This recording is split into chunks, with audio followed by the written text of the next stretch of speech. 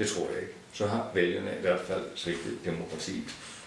Vi har et udmærket demokrati, og vi har et udmærket velfærdsstat. Og hvis vi ikke kan få den velfærdsstat til at fungere, så er det fordi vælgerne vælger, at den ikke skal fungere. Så jeg håber så sandelig, at velfærdsstaten vil fortsætte, også selvom vi er under stor pres. Jeg hedder Sharon Parker, og jeg er leder af varmestuen Fedtekælderen, som ligger på Christianshavn, og det har jeg været i 15 år. Om demokratiet har svigtet de fattige i Danmark? Altså det ved jeg ikke. Svigt, det er så stort, fordi demokrati kan vel ikke svigte, men jeg synes ikke, at vores velfærdssystem er særlig god til at rumme udsatte mennesker og stille nogle ordentlige tilbud op til dem. Og jeg synes, det ser ud som om, at man hele tiden strammer økonomien og kontanthjælpsreformer osv., så der er flere og flere, der faktisk bliver udsatte.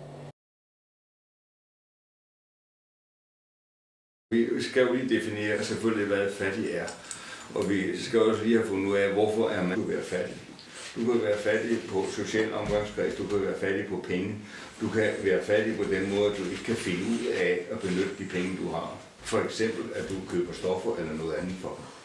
Men fattigdom er jo mange ting. Altså, jeg tror, der er nogen, der kan defineres som fattige, som ikke føler sig fattige.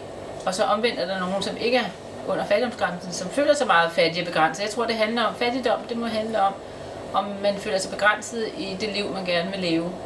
Og man har de muligheder, man synes. Nogle kan leve af en sten, og andre har brug for flere økonomiske muligheder for at kunne udleve deres liv.